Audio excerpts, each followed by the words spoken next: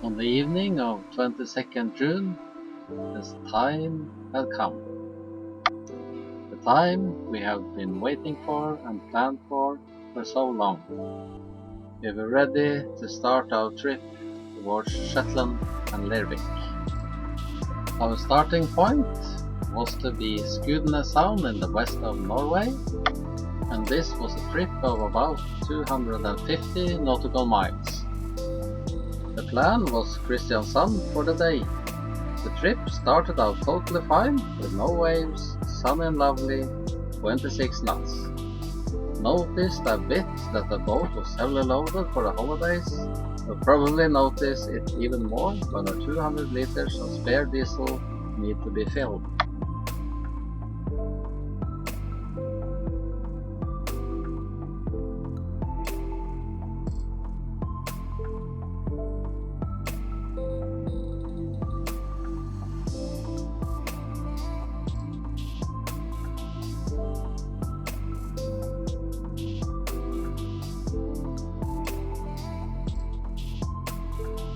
Heading south from Jungfruland, it was probably about half a meter, but it gradually became easier to drive. We maintained 19 knots, and that was just about manageable. Down towards Arendal it was even better, and we could gradually increase the speed to 22 knots. From Lillesand it became really nice, 24 to 25 knots, and we were flying along. We decided on Ny Hellesund, that's Olavssundet.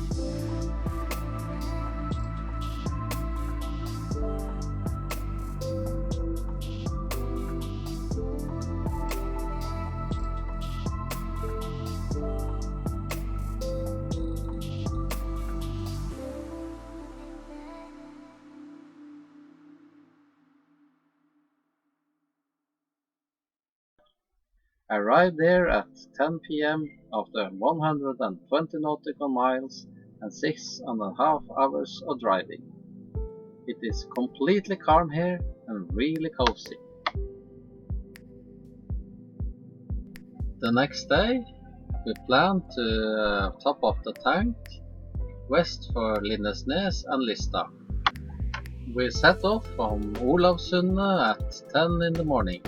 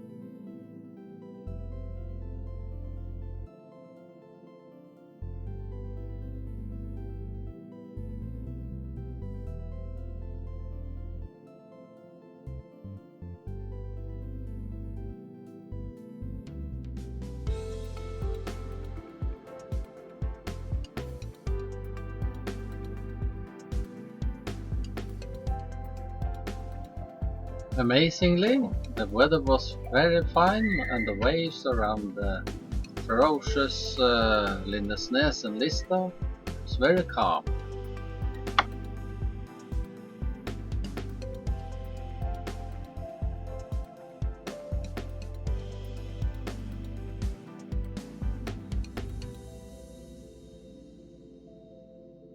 This is the narrow entrance to the filling station at Hidra.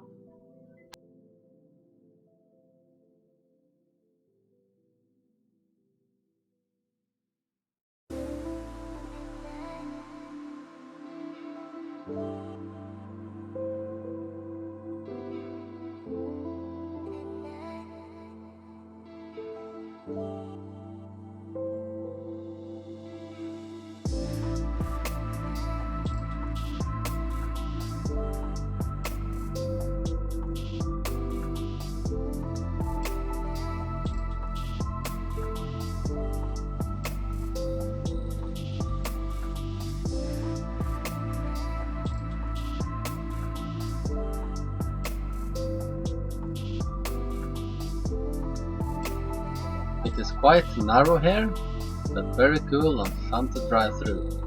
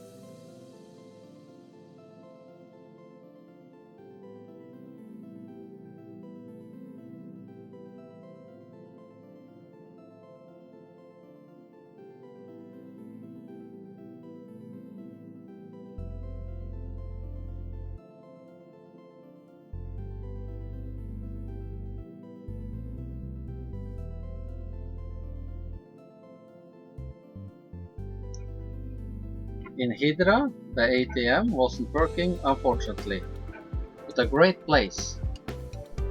In order to get to the next station at Egersund, we used the 2 jerrycans with 40 liters diesel total and put it on the tank. Then we set off to Egersund.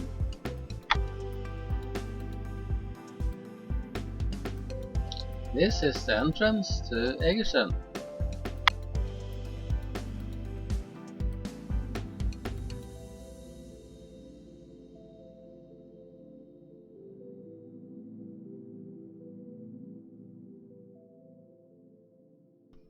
We filled enough diesel that we knew we were getting to Skudeneshavn.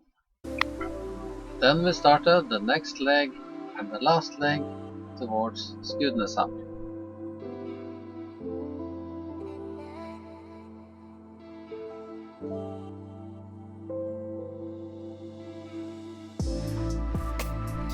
It was nice to see the entrance of Skudeneshavn.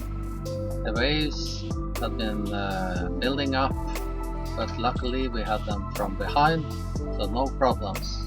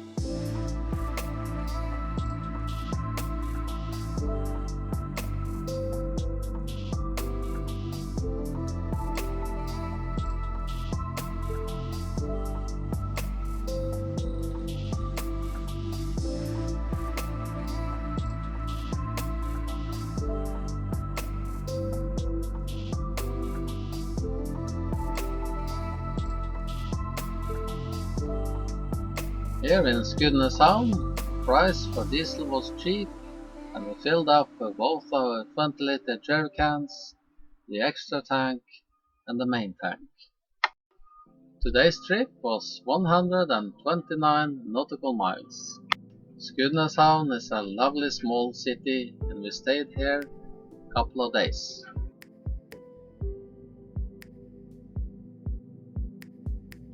The weather forecast for the 25th of June looked very promising. So, on the 25th of June, we decided we will try to get to Shetland.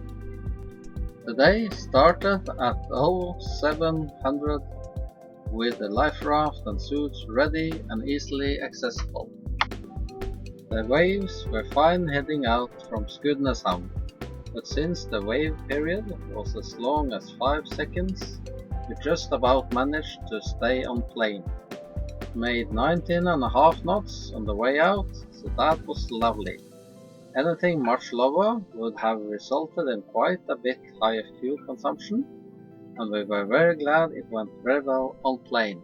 Then the wave period got a bit longer further out, and we could maintain an extra knot for quite a few nautical miles.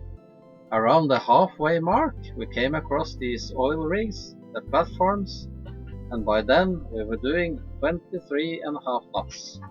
But we were starting to feel that a few hours had passed. There was a varying head sea, watering sea, but I think the wave period was between 6 till 7 seconds, so we could push on fine. Comfort-wise, about 23 to 24 knots suited as well.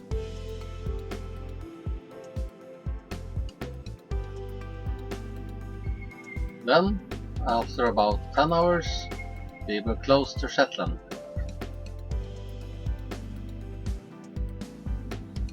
We hadn't filled from the extra tank yet, since the average consumption was 3 liters per nautical miles. More in the beginning with short, choppy waves and full tanks, and less with a lighter tank. Then we had 15% left in the tank and 20 nautical miles to go, so we throttled back, took a quick break for a drink and pumped from the extra tank. The actual pumping went fine, but then there was a beep from somewhere. Where? An alarm? Not from the loud Bill's pump alarm, and not from anywhere else either. But then suddenly we saw that the port engine had stopped, and it said, "Check engine." The temperature was fine. What on earth had happened? While idling, after just a few minutes at the slow speed, starboard engine was running fine. We thought maybe the fuel filter was clogged. I changed it, but the old one was completely fine. Noticed the level in the Racer pre-filter was a bit low. Filled it up from a jerry can, started the engine, and it ran for a few seconds before stopping, but no alarm this time. Then we thought that it's not far left, and the sea is calm. We'll head in on just one engine. Then we came across some fun rock formations in the cliffs on the way to Lerwick.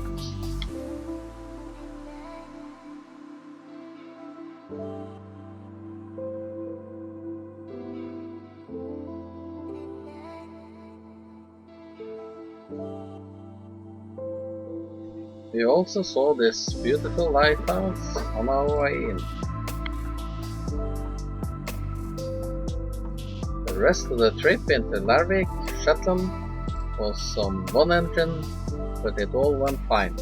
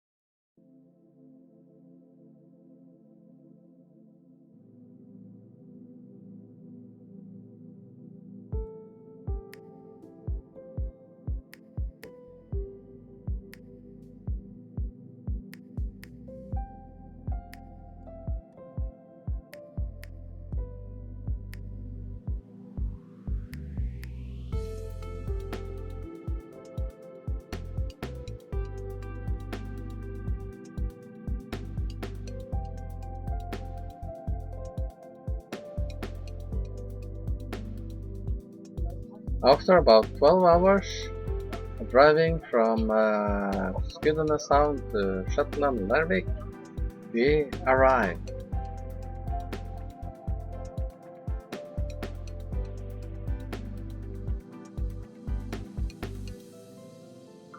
We had actually made it. We were very happy.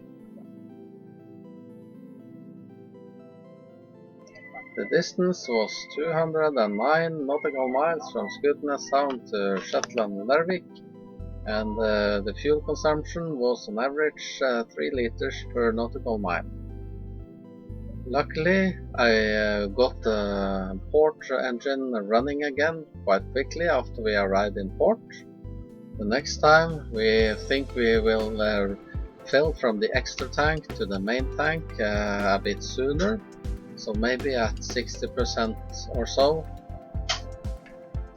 And that, if this is a success, we will find out on our next leg towards the Faroe Islands.